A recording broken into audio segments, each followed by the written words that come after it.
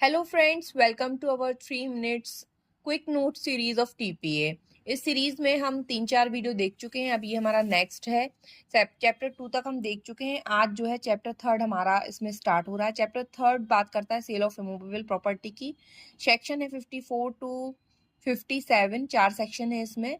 चारों सेक्शन की आप हेडिंग देख सकते हैं। 54 है sale defined, sale how made and contract for sale. 55 है right and liabilities of buyer and seller.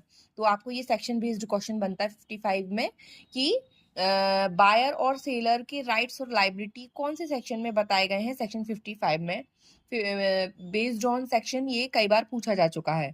Marshalling bye subsequent purchaser, ये सेक्शन 56 है और इसके साथ 81 में भी मार्शलिंग से रिलेटेड एक और प्रोविजन आपको मिलेगा, इसलिए आप यहाँ पर साथ में सेक्शन 81 को मेंशन कर लीजिए।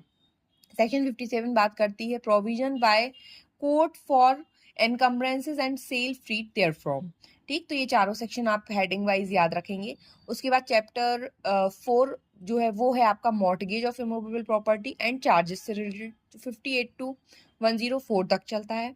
सेक्शन 58 बात करती है mortgage, mortgagor, mortgage money, mortgage deed defined. तो इसमें ये सारी टर्मिनोलॉजीज को जो है डिफाइंड किया गया है। ठीक है ना, मॉर्टगेज को मॉर्टगेजर, मॉर्टगेजी, मॉर्टगेज मनी, मॉर्टगेज डीड। तो ये आपको ध्यान रखना है। इसमें एक इंपॉर्टेंट केस लॉ है चुनचुन जहां वर्सेस इबादत अली। इस केस में कहा गया कि जब विक्रय तथा पुनः क्रय करने का करार अलग अलग दस्तावेजों में सन्निविष्ट हो तो समव्यवहार बंधक नहीं हो सकता। ये इस केस लॉ में कहा गया था, पूछ लिया जाता है तो याद रखना है। नेक्स्ट पेज पे देख लेते हैं, हम जितना कवर हो जाएगा उतना देख लेते हैं। 58 से रिलेटेड कुछ इंपॉर्टेंट फैक्ट्स हैं जो एग्जाम में कई बार पूछे गए, वो हमने यहाँ पर लिखे हैं।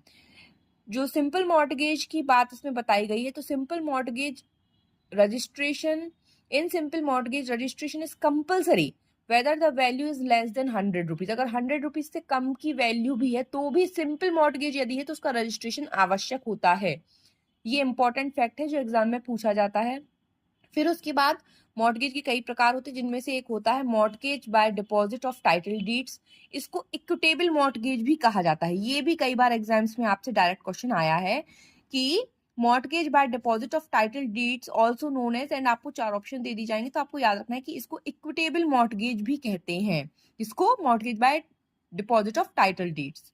ठीक है, फिर ऐसे ही कुछ और इंपॉर्टेंट सेक्शंस हैं इसमें, जैसे section 59 mortgage when to be by assurance, हस्तांतरण पत्र, और इसे क्लेटन का नियम भी कहा जाता है।